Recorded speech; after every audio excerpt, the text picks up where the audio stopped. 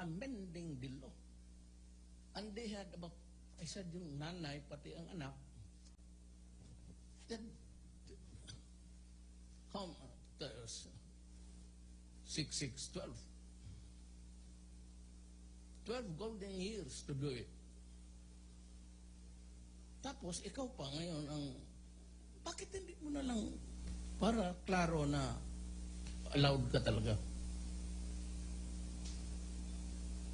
Because ayaw magsugal.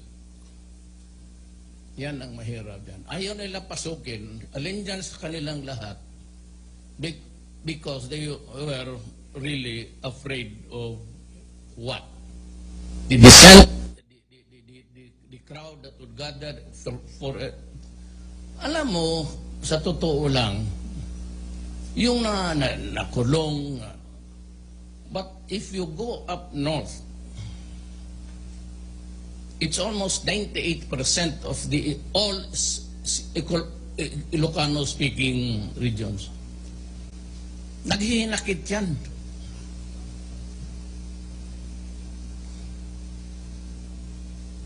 Kaya ko, patayin mo ako, sino magagalit? Di siyempre, ang una mga Bisaya, magagalit yung mga Maranao. Kaya anak ba nila ako? You create trouble in this country. Pag masaktan yung mga Ilocano, anong gawin ko? Ganito na lang. Pag magbabaan lahat yan dito sa Manila, salubungin nga na ang demonstration mo puti. If there is about 30,000 there on 50,000, magsalubong dyan sa city of Manila. The Ilocanos would demonstrate for their hero. Marcos is hero to the Ilocanos, no doubt about it. Kasi yung mga Bisaya na pro Marcos, magdala ng tao doon, mag-demonstrate doon. Eh kung magsalubong lahat, can we control it? Can the military control it? No, of course they cannot. Because I would not allow them to bring rifles. So it would only be the police. So what would happen? Yan ang kaya ang mamatay sa bubugan o if anybody carries a gun. Ilagay mo ang ano eh. Hindi ako iniisip ko lahat. What would be the impact on this sa mga sa Ilocania? Ilocania is a Ilocano-speaking Filipinos up north.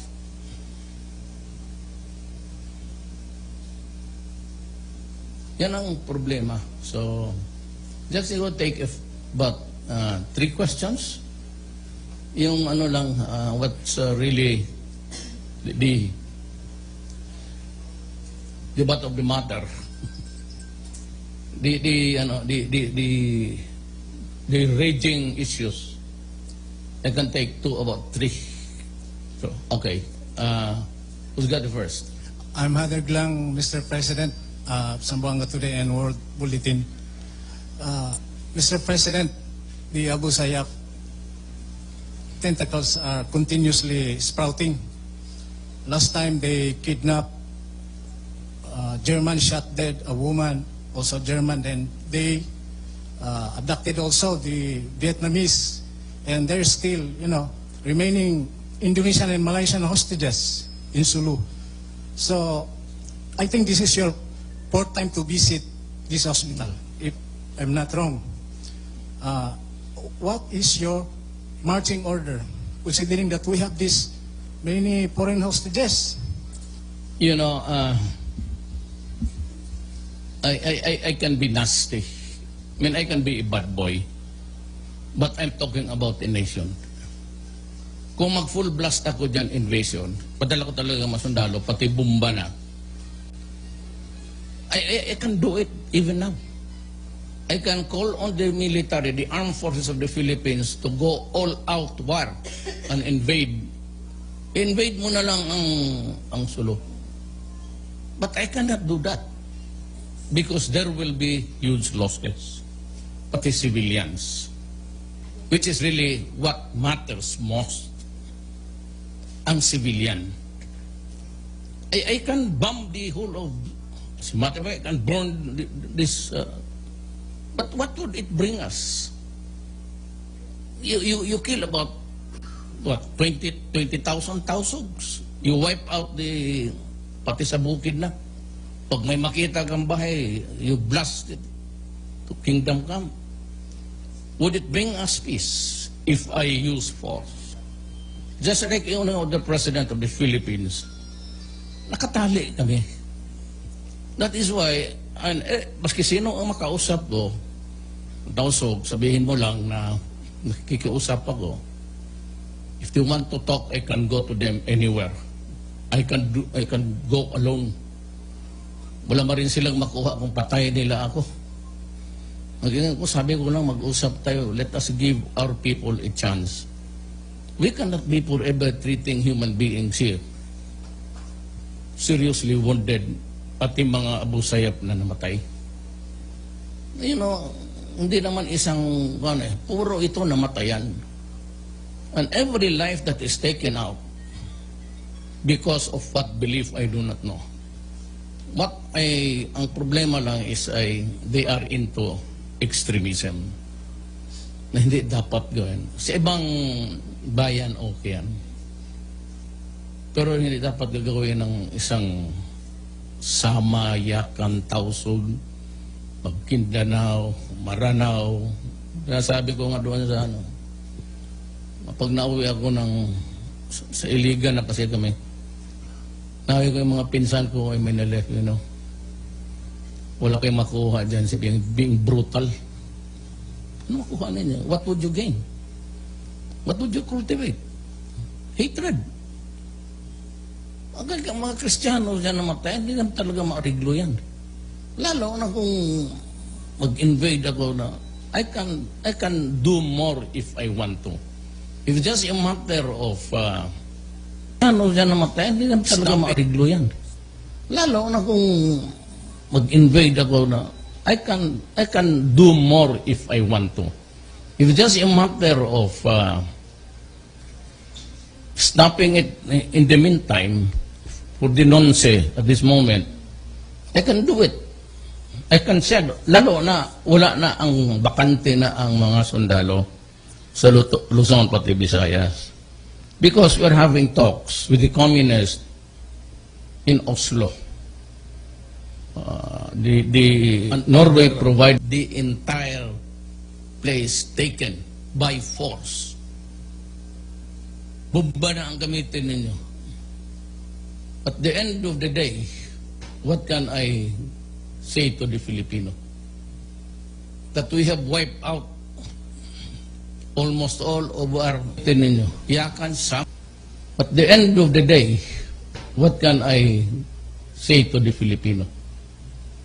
That we have wiped out almost all of our Yakan Sama, Tausog brothers and sisters. Even those not connected with the violence now.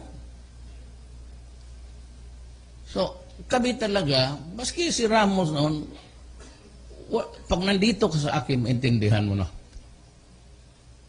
Kasi, mamili ka. Hindi mo pwede sabihin, moro lang yan. Lagay na ba yun? There is a bigotry also sa mga Kristiyanos. Ang Visayas pati, hindi lang masyado naintindihan. Na ang mga Moro, mas nauna pa yan sa Kristiyanos. The Spaniards and the Americans brought Christianity to this place in Mindanao. But we were all part of this Sri Visayas Empire before the Spaniards came. So we were really brothers in one community. Ang problema nila, when they saw Mindanao, kinuha pa rin nila. Because the Philippines was given to the Americans kasi natalo ang Spaniards American-Spanish War. Part of the concessions that were ceded to the Americans was itong Guam, kaya ang mga apelyido nila pareho. Marianas Island and the entire length and breadth of itong ating Republic of the Philippines. It is an inherited fight, mind you. Kayong mga tausog, kikinig naman kayo sa akin. No offense intended, sama kayong mga Abu Sayyaf. You know, this is not really our fight. It was a fight by the colonials against. Nagkaroon tayo ng republic, ate na mismo, nag-usap-usap yung mga minuno natin. Sila, lahat na. Maguindanao, Maranao, Ilocano, Bicolano. And despite of our differences in the dialect, in our manners, behavior, our forefathers decided to form one country. One nation. Irrespective of your tribe. Napirmahan yun eh. So, hindi naman natin kasalanan lahat. Either we talk, if you want autonomy or if you want something else, federalism, I am ready. I am committed to federalism set up to appease the Moro of the entire Philippines. Kasi, maski saan, nakikita mo na sila ngayon. Wherever you go sa Pilipinas, abra. Marami doon mga Maranao, mga negosyante. Ako naawa ako sa kanila. Minsan nandyan lang sa tabi ng mga kanal-kanal sa palengke. And yet, they thrive because they're really hardworking. But manood ako sa kanila, na doon na sa Visayas, pati Luzon, maawa ako sa kanila. How they have to sacrifice selling whatever their tamates, mga ano. So, they can, it tausog can go freely. I appointed 2,000 as ambassadors.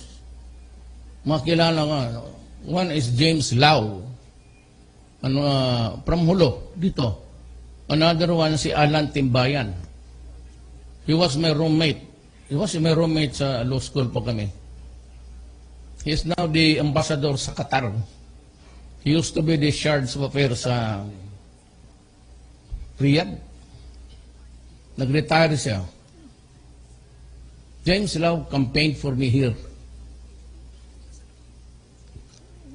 Hindi pa siguro na-bypass to learn more.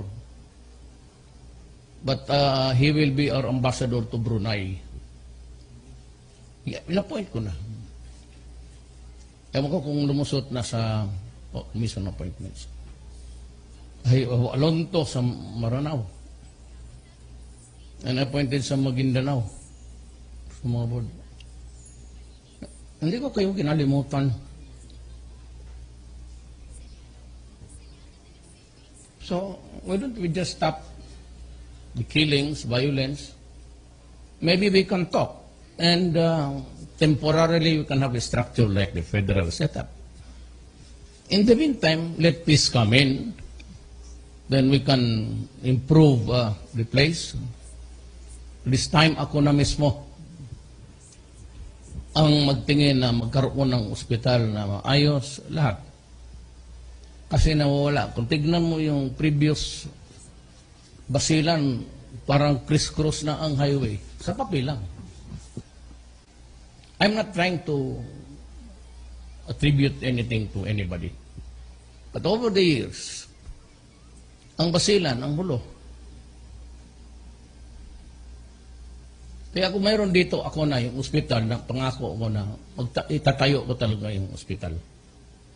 Yan ang una niyan dito. Ako na mismo, Office of the President. Basta anything about Mindanao, ako na. Ako na para sigurado talaga. Bakit kung may magtrabaho dyan sa Basilan o sa... Huwag man ninyong kidnapin, Sus Maria Josep. Makisirahan mo sa okay maiyakan yan, hayaan mo magtrabaho para naman dyan. Gira man kaya, hindi gira muna. Pero if you can really stop it for a while we talk, pati Abu Sayyaf, I'm ready to talk to them. I'm ready to open the borders. Kasi yung may trade pa noon, almost the free trade, wala masyadong gulo dito because everybody was gainfully employed. After it was closed, because we were also losing on the side sa taxes, almost walang pasok. But I am ready to give that concession actually. Minimal ang taxes, just for regulation, para dumaan ka lang. Huwag ka lang mag-smuggle ng bala, baresos, bara. Sobra-sobra na tayo niyan. I'm ready to talk about opening the borders down south. No problem. Dito naman sa Lusuman, may yellow movement man on the 30th. I say, still give the guarantee. You can freely demonstrate, say anything you want, anything at all. At saka, may order ako, restricted ang armed forces, mga military sa kampo. Pulis lang ang magano. And they can demonstrate without a permit. Yung open public places. Huwag naman yung mga building. May nagtatrabaho. Open public places, no limit. Pag sabi mo, we want to demonstrate for 1 week, fine. 1 month, still okay. 1 year, yeah. Wala akong problema. Nobody will give demand the permit. If you want to scatter dirt there, fine. We will clean it up for you.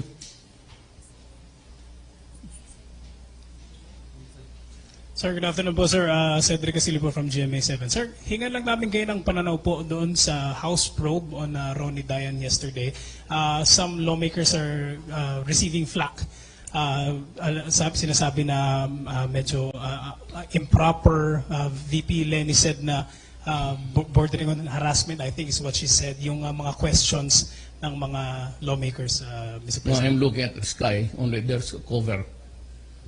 Alam mo, I was once a congressman, 1998 to year 2000. So I'm sorry I cannot answer that because with in deference to our interparliamentary, I cannot criticize them. I cannot praise them. So I better keep silent. Let the judge, the people of the Republic of the Philippines, judge the event any way they want it. This is a free country. Maybe question. another one? Good afternoon, Mr. President. I'm Yes. Shirley Espino from Radyo ng Bayan. Do you think your campaign promise to eradicate illegal drugs in the country can be achieved next month, or do you have another timeline for that? We just had a big operation, both military and the PNP. And we have gathered so many firearms.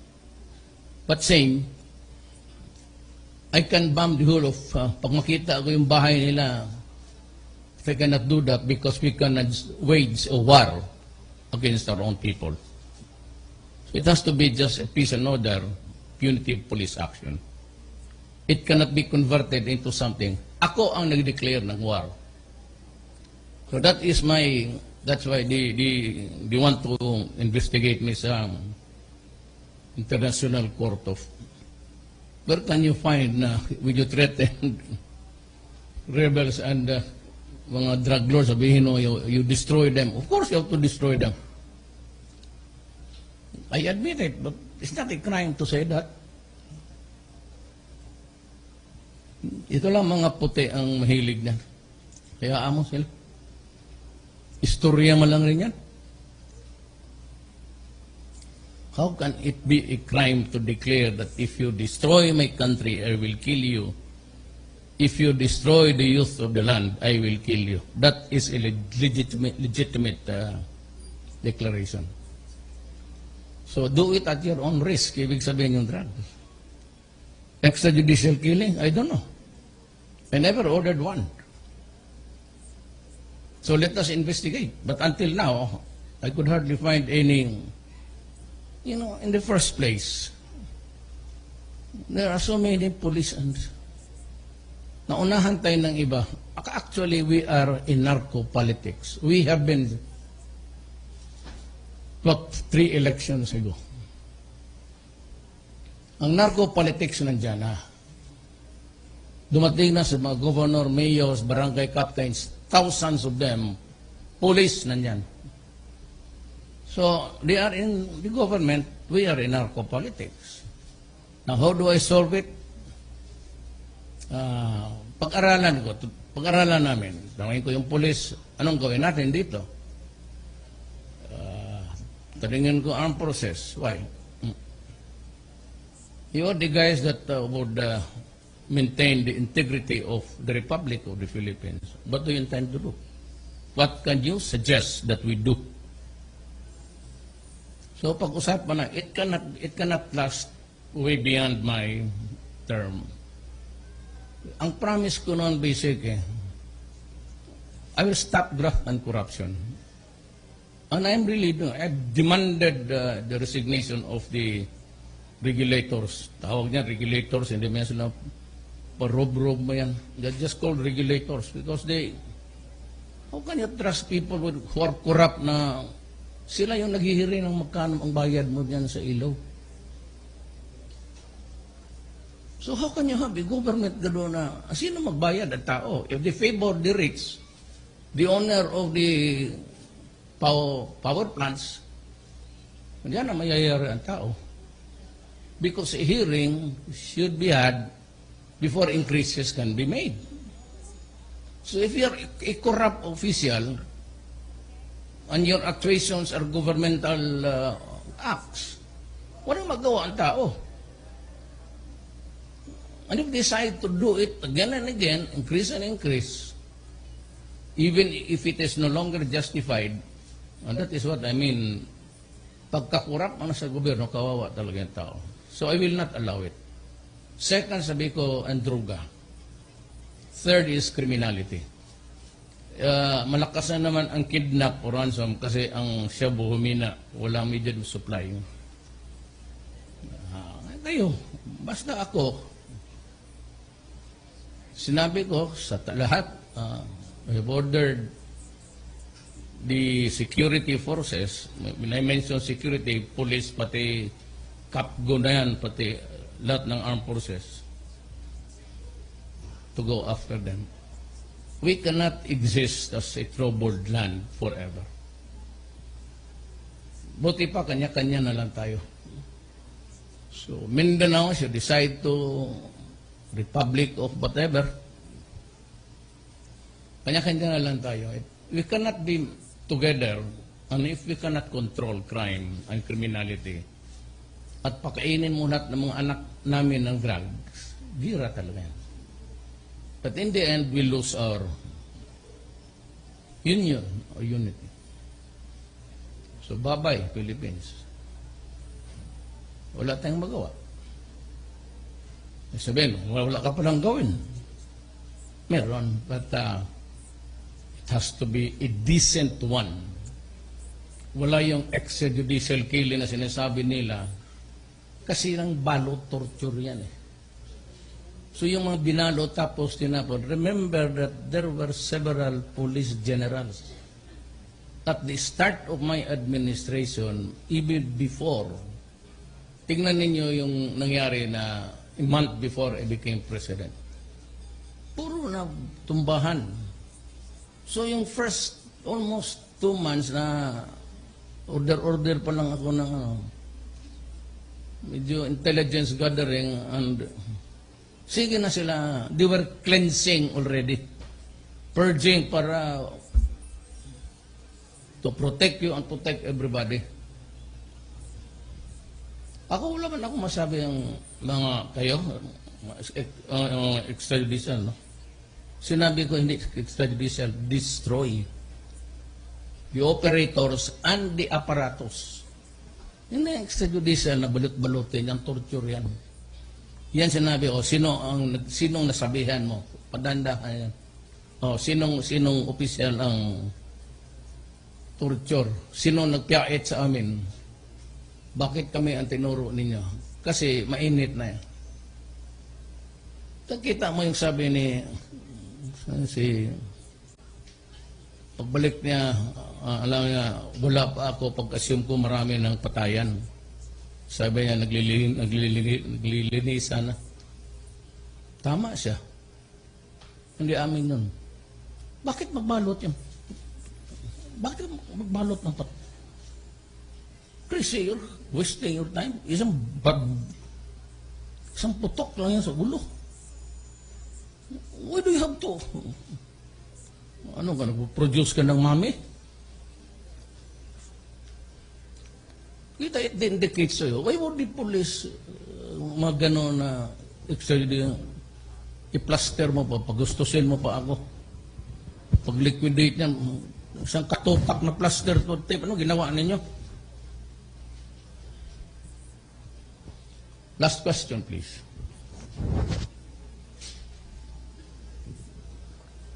Mr. President, good afternoon. Julia Good Lipala po ng Philippine Daily Inquirer. Sir, matanong ko lang po, sir, may bago ho bang directive ang inyong tanggapan regarding this operation against Abu Sayyaf? Kasi the last time you've said, go on with the war on terror. And with the increased number of kidnapping, sir, may pagbabago ho ba? Do you have any plans to intensify further? Magkakaroon ba ng Christmas break? Ma'am, Sorry po. Sorry Rick, for interrupting. Go ahead. Ano? Opo, magdadagdag po ba rin ng panibagong puwersa at gamit? Yun po. Alam mo ma'am, nag-usap na kami doon sa Brunei, nag-usap kami ng Indonesia, doon sa Laos. And recently, I visited Malaysia. Ang usapan talaga, na sabi nila, Presidente of the Philippines, do something about the problem.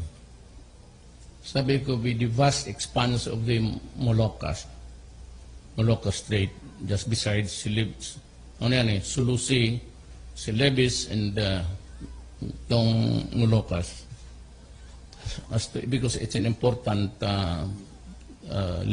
sea lane for trade and commerce. Sabi nila na do something about it. Sabi ko, the vast expanse of water really prevents me from covering all, Sabi ko, you just take care of your own territorial waters. I will take mine, responsibility, and the Indonesian. Sabi ko, ako, we'll just police the area. And, alam mo, yung hindi ko alam ang paradigm ng mga trupa dyan, ha? I have never seen or encountered anybody from their armed forces. Ano ang style nila. Basta ako, sabi ko, I will take care of my own. Sila rin. And they are calling for a drastic action. The suggestion is talagang they'll just blow you up. Pero if it is in your waters and they are Filipinos, wala ang magawa. Because actually it is piracy or piracy.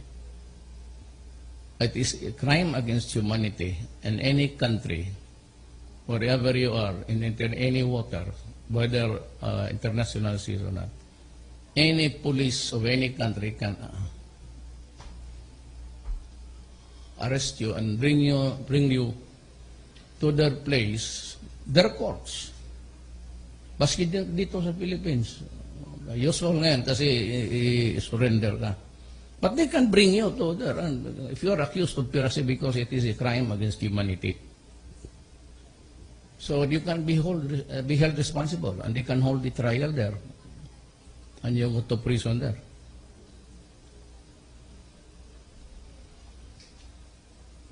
Okay? Everybody satisfied? Ma'am, meron ka pa? Partida kita. Okay na? Yes, Mr. President. Okay ba ang demonstration sa Manila?